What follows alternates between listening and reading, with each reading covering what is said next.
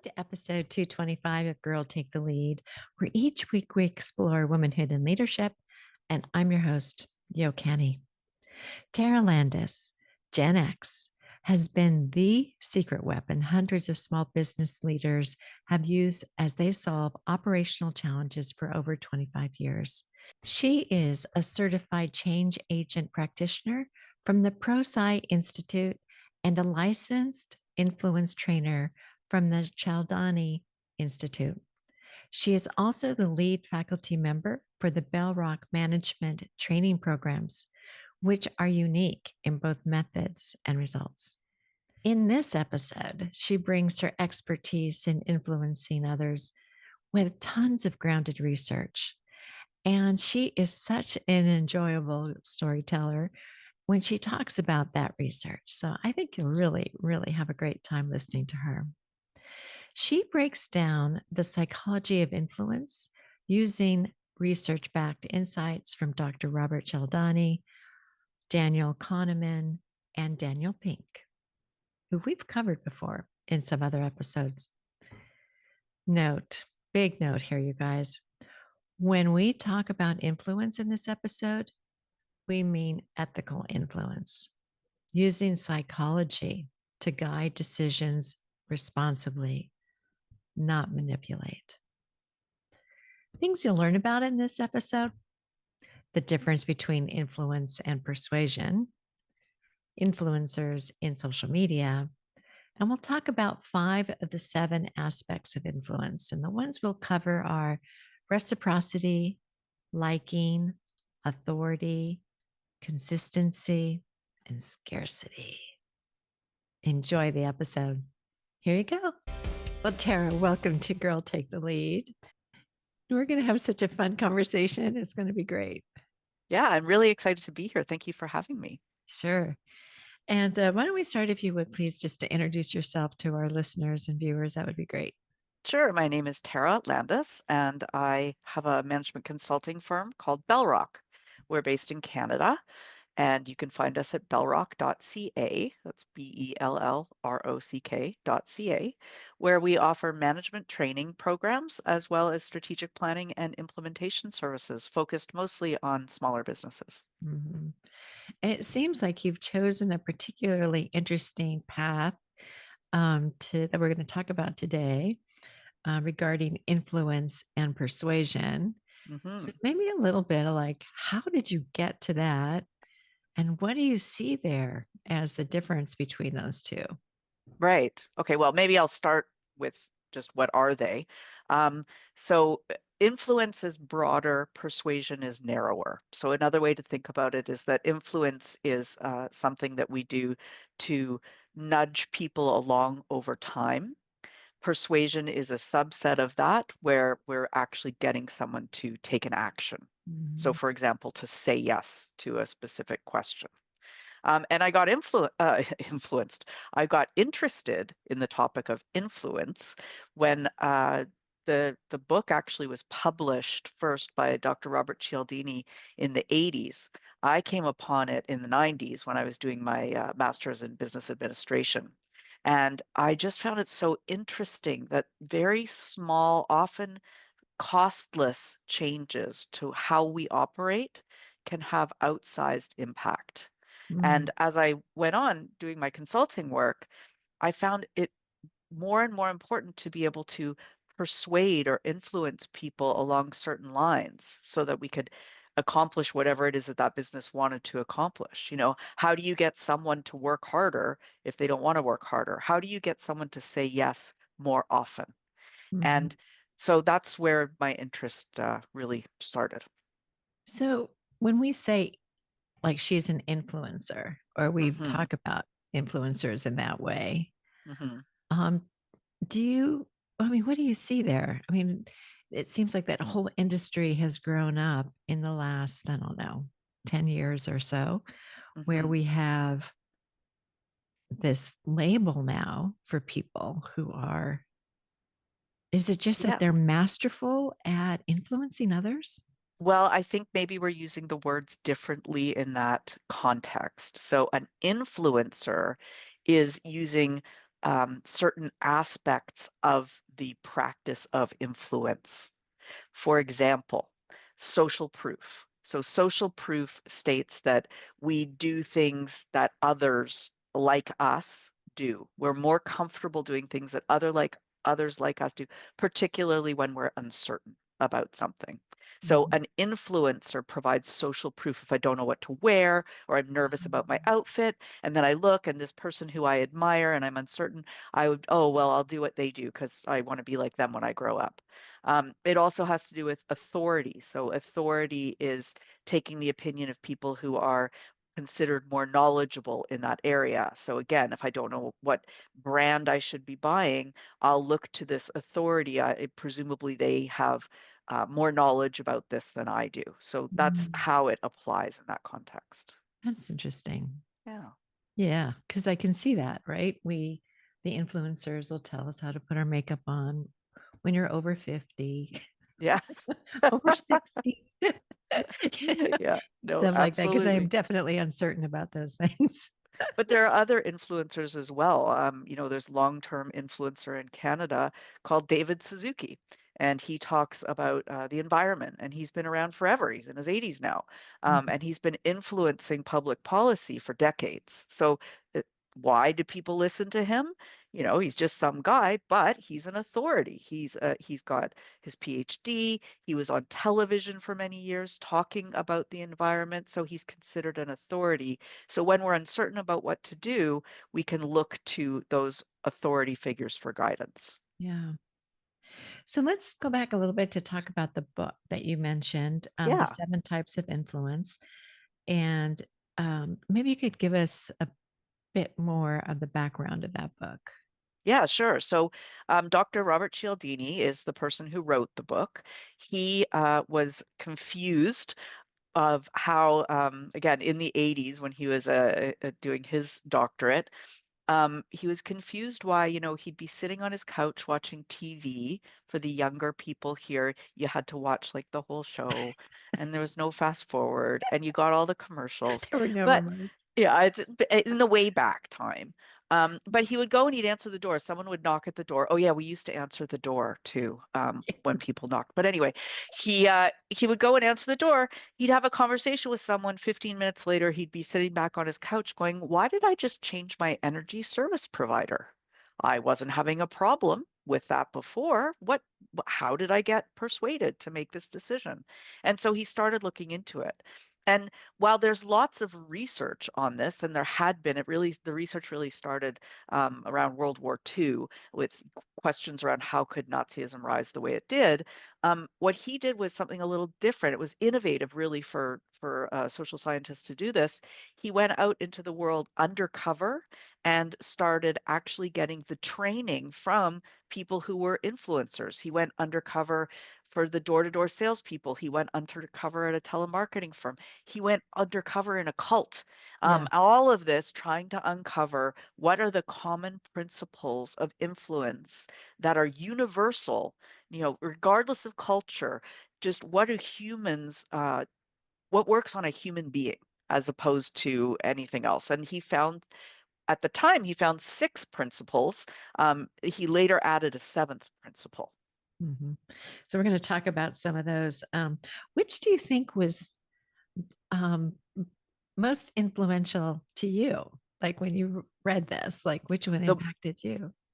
the one that really resonated me and got with me and got me hooked on this whole idea of influence was specifically around the idea of reciprocity.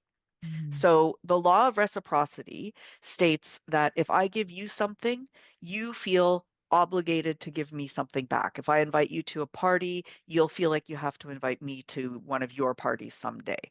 And of course, it's not an ironclad rule. It doesn't always work, but it sort of stacks the odds in your favor. And the specific study that I found so interesting because I was working in restaurants was the study around tips and waiters. So if you've ever been to a restaurant, and most of us have, at some point at the end of your meal, the waiter or waitress may have given you something, a small gift like a mint on the tray. Well, it turns out that those mints have an outsized impact on the tips that people give. Now, keep in mind, when I was a waitress, we didn't have the card machine that would come to you. You didn't automatically get programmed in what percentage of tips you would get. And what I learned from reading this research is when a waiter comes, the control group was a waiter coming and putting the bill down with just some mints on the tray, right? We've experienced that. And Mhm. what they found is the when they gave just the mints versus giving a bill without mints, tips went up 3%. Mhm. Well, when I was in the service industry, if I could get an extra 3% pay just by giving mints, I'm going to do it. Yeah. But here's the thing, it gets deeper because what they found is when the gift is individualized, it's personalized to the individual who's receiving it, it Mhm. creates even more reciprocity. So if the waiter goes, puts the bill down, and then places a mint at each individual diner's seat, then the tips go up 14%. 14% pay raise Yeah. just for placing mints. And the study went on. What if we gave a tray with the bill with a thing of mints on it and then walked away and, oh, for you nice people, here's a second mint for each of you. Tips went through the roof, over 20% increase in tips. And so when I read that and I read, okay, I can get a 20% pay increase, I want to read the next study. I want to Yeah. know what else is in this for me. Yeah. Well, I would think all your marketing, all of our marketing listeners right now would be going, oh, yeah. You know, Yeah. we go out, we test what messages are going to influence the most behavior. We go out and we try different approaches and strategies to see what we're going to get. Hmm. Um, and I just really appreciate that you're bringing this up because I think we don't realize how we're being influenced in these ways to get this reciprocity, to get this exchange with someone else. Sure, I'm giving you the money, but what are you giving me in exchange for that, That's right? right.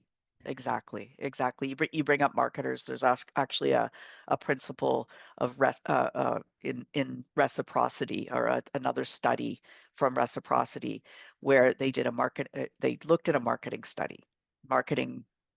survey study.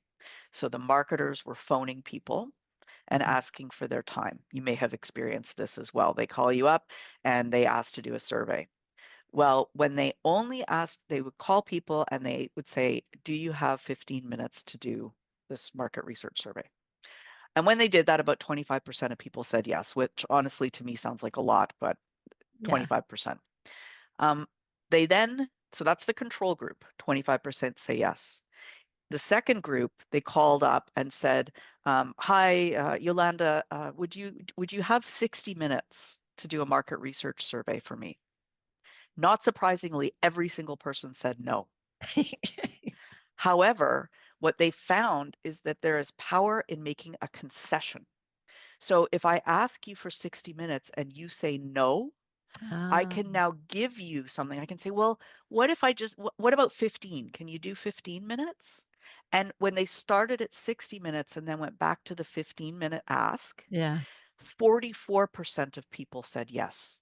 Yeah, I could And see that. and that's not like the difference between 25 and 44. That's actually a 76% increase in people saying yes to doing the survey. It's an enormous increase. Yeah. And all they had to do was ask differently. Yeah. That's so powerful. Yeah. Really. I can totally understand that. Um, yeah, I guess underneath this, right, is our sense of selling. Mm-hmm.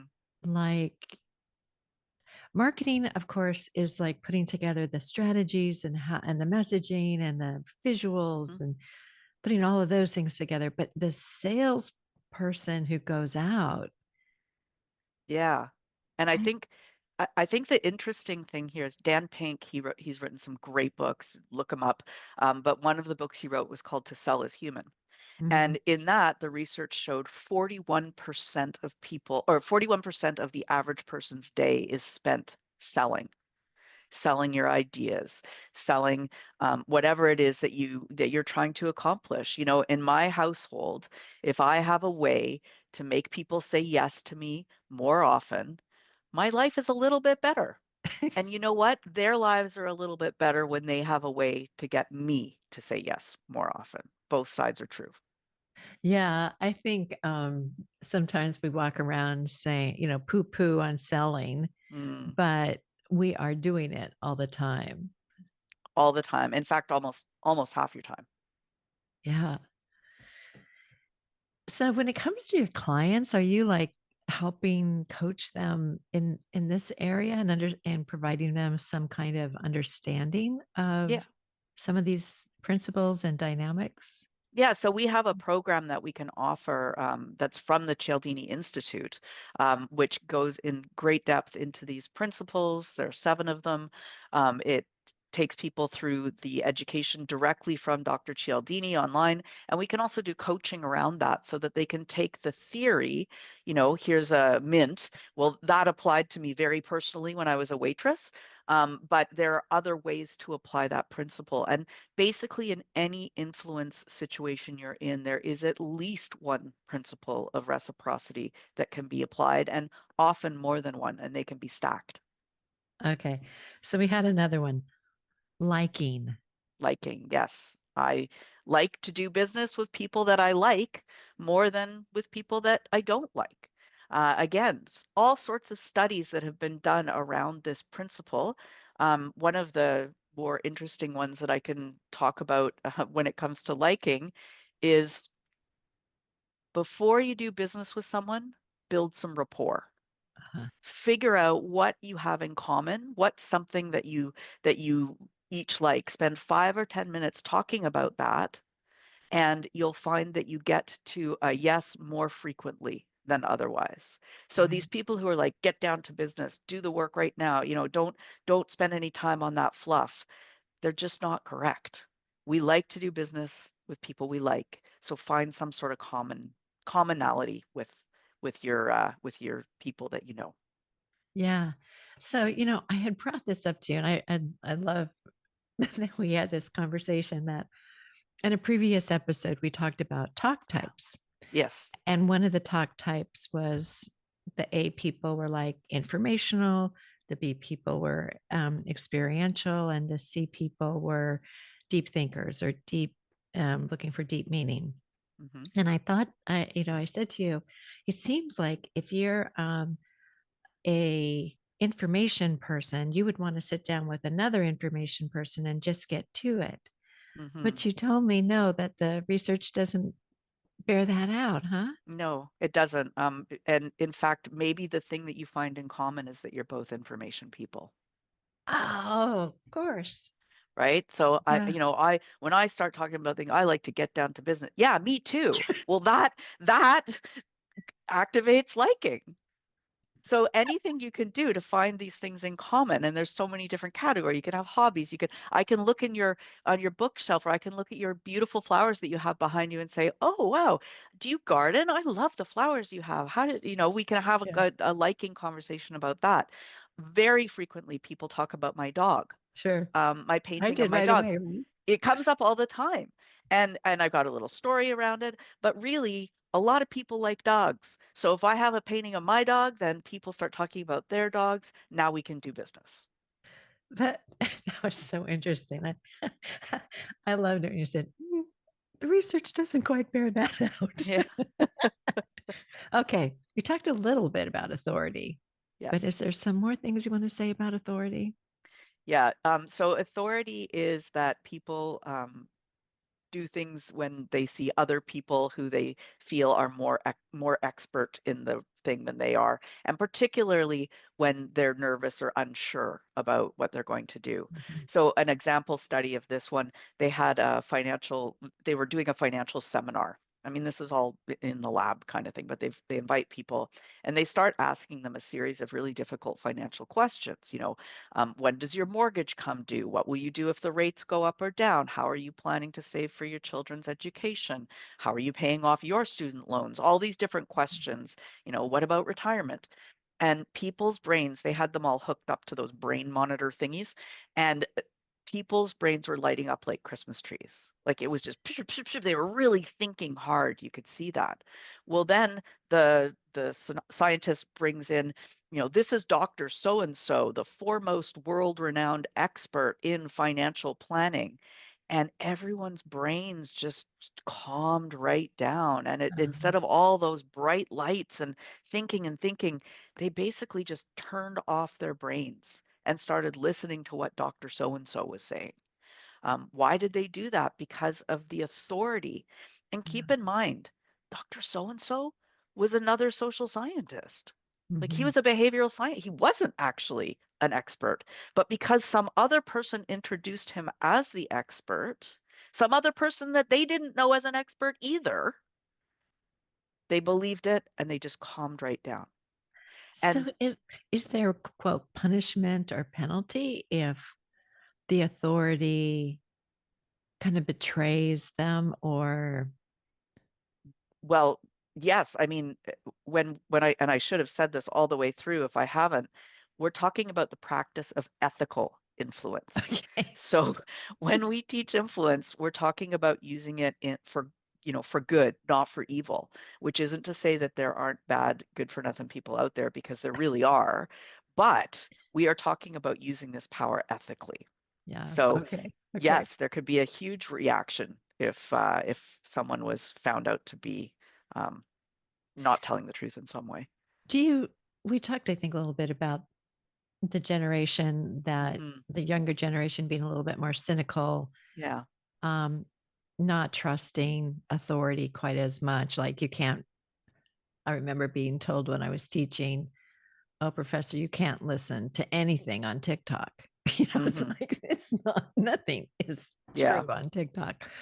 But it seems like authority is probably of these seven types of influence, probably the one right now that seems to be tied to authenticity and trust and other things. Would you kind of say that that's the case? I would say that now is a really difficult time Yeah. for all sorts of things. And it is hard to know who to trust. And I think our traditional go-to um, way of making decisions is really being upended right now. Mhm. For example, Daniel Kahneman, who Cialdini's research is largely based on some of his thinking, and he talks about system one and system two thinking. Mhm. And most of what we do, the scientific technical explanation here, most of what we do is on autopilot. Mhm. In fact, he found about 90% of what we're doing is on autopilot. And that study from 2003 is further updated. And now they say it's like 95% of what we do is on autopilot. So as things become more complicated in the world, I think we need autopilot even more to just function. And yet we don't trust anybody. So we're in a really difficult place in the world right now. Mhm. All the individuals are just to even know what is true, what authority can you trust. And I imagine when people find one, they really glom onto them. And I think we see that in politics a bit today. Yeah. And they turn their brain off. I think it's kind of interesting. Okay, so I don't know how this will go, but I think Americans are have historically been rather naive when it has come to authority. And I can remember back in the 80s and the 70s, it was, you know, we were, it seems we've gone through this almost this curve of less and less naivete. Like Mm. we've had to kind of grow up a bit. And um, I think this whole area of trust and influence and how it's just so interesting right now to watch us Yes. as a country, I imagine, because you're Canadian. So you're looking at us and you're kind of going, what the heck is going on down there? But It's a challenging time, but we're nice people. So We're trying to smile. But you know, one thing you mentioned, so this is politics is not my area of expertise, although I do have a degree in political science. And I will say that America was founded on people who were breaking with authority. Mm, So I would say if you, again, if you look way back, the Americans would tend toward being against authority because culturally, because they're the people who rebelled. yeah. Um, and that was a subset of people who were brave enough to come and try North America out and, you know, Yeah. change Yeah. their whole lives.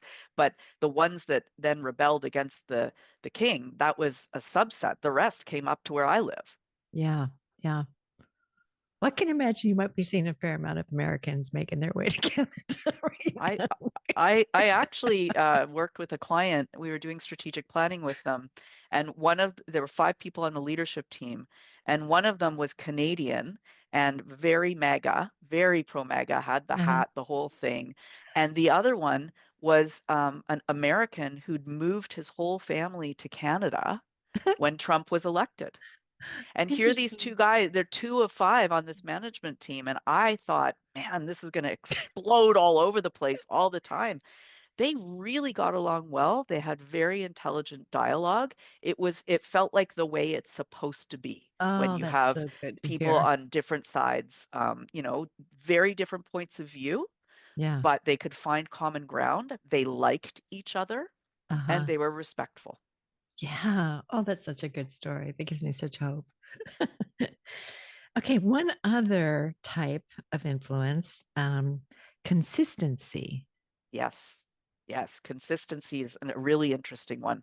And it's not about the influencer behaving consistently, although that's helpful, but it's about having other people that you're working with agree to smaller things because then they'll agree to something larger to be consistent. People like to feel internally consistent with their decisions. So there are all sorts of examples for this one, all sorts of studies, but I'm going to tell you one that we haven't discussed before, which has to do with Gordon Sinclair's restaurant in Chicago. So if anybody's in Chicago, check out this restaurant. Great place to go. And they were a reservation only restaurant. So you couldn't just go and show up, reservation only. So, people would phone up again before Yelp and all the or whatever app you use. People would call up and the receptionist would say, okay, so you want this many people at this time. Okay, please call us if you have to change or cancel your reservation. And they were getting about a 30% no-show rate. Now, think about it. It's reservation only. If 30% of people don't show up, that's a 30% drop in revenue. Like that's a big deal. And the food will go bad and. So big deal. So what did they do? Well, Gordon was a student of influence. And so after looking at all the different angles, he changed just 2 words in that receptionist's script.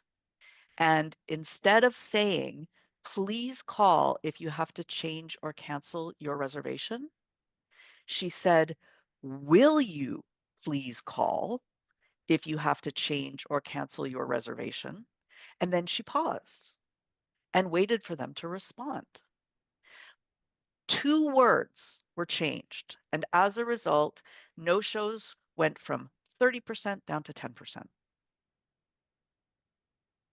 Well, you were eliciting a promise, Exactly. which changed the whole dynamics of that speech communication, right?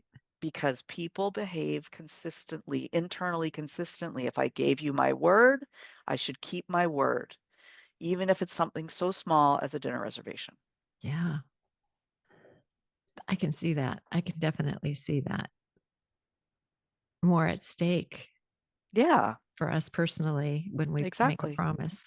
Exactly. And there's so many examples of that, I think, in the world as well, where people they take a position that they weren't even thinking about when they took it. But Mhm. it leads to these consequences further and further down the road as they go, and they want to be internally consistent, Yeah, you know. very cool. Yeah. Well, we could go on for this forever. Is there anything else that you would kind of like to share with our listeners and viewers? Yeah, I'm going to give you one more because I Yes. just love these tips so much. Yeah. So this one is about scarcity. So Uh, scarcity is people want things when they can't get them as frequently anymore, right? People are afraid. It's the FOMO thing. mhm. What if I miss out?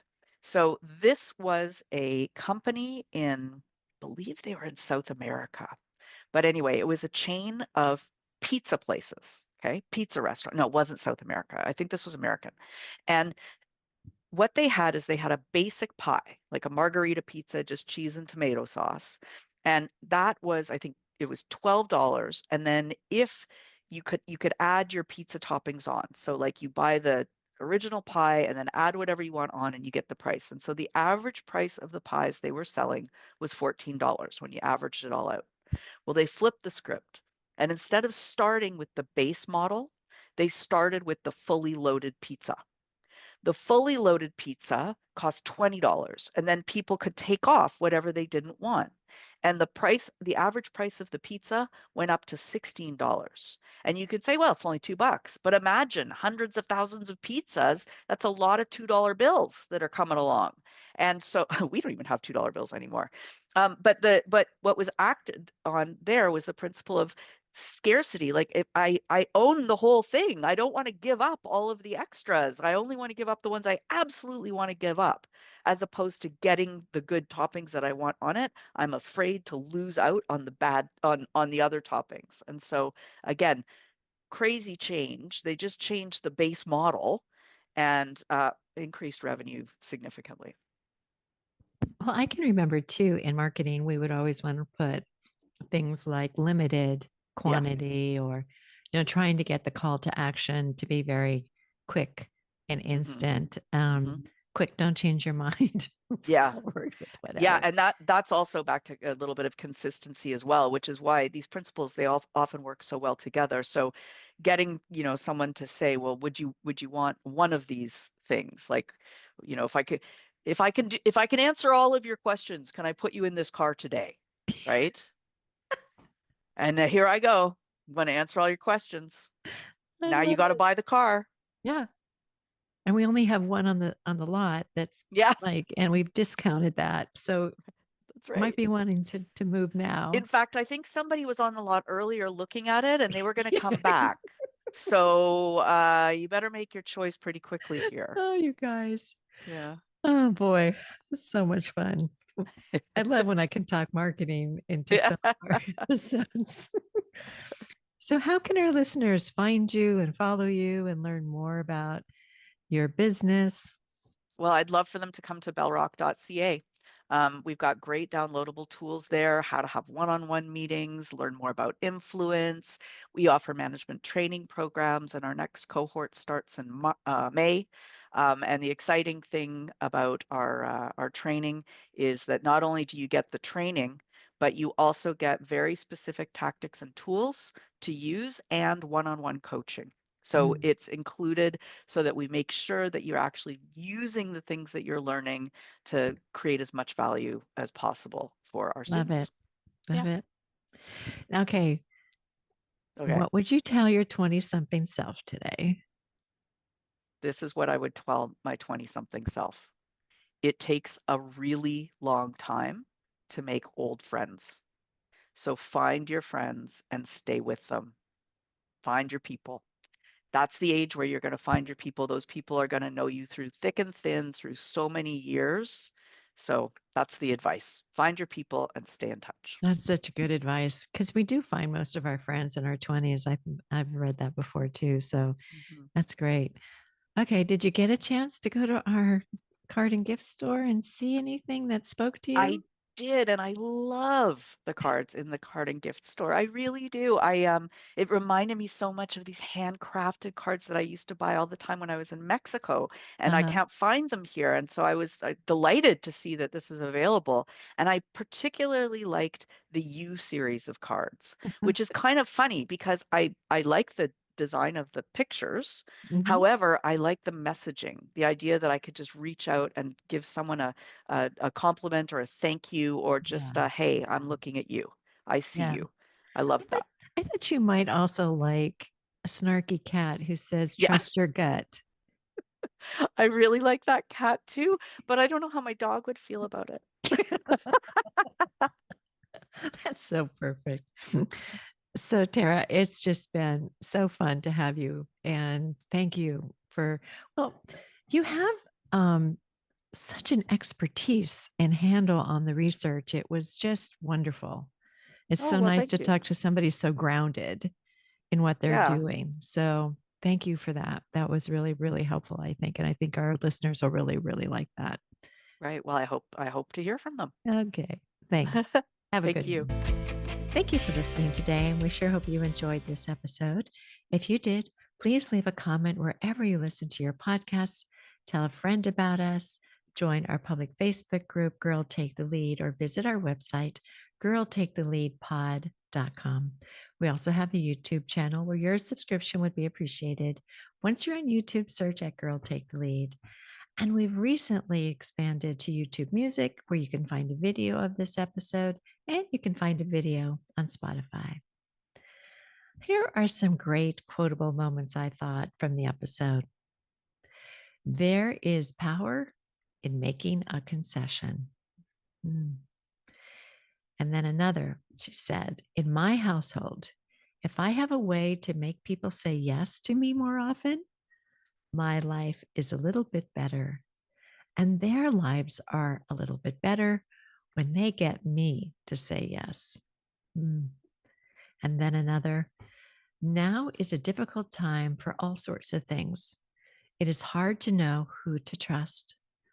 Our traditional go to way of making decisions is really being upended.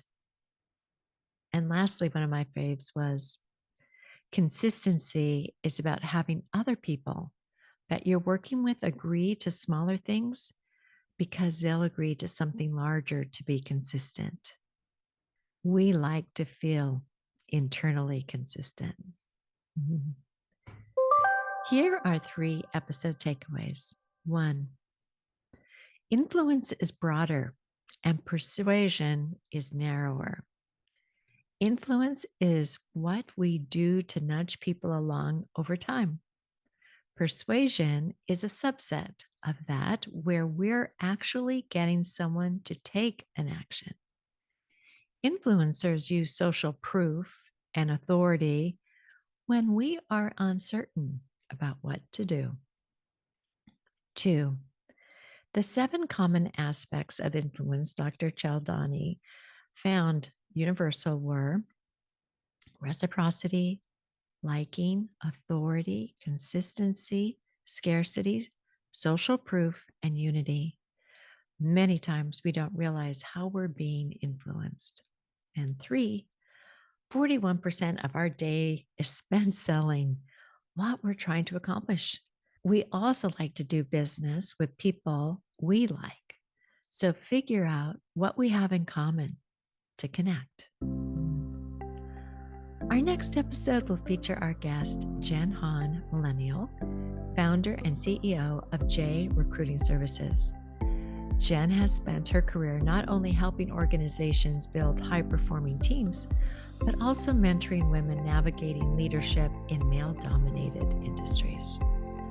Her story is one of resilience and transformation. She and I talked all about making leadership sustainable, authenticity, and curiosity. So good. So please join us again and talk to you soon. Bye.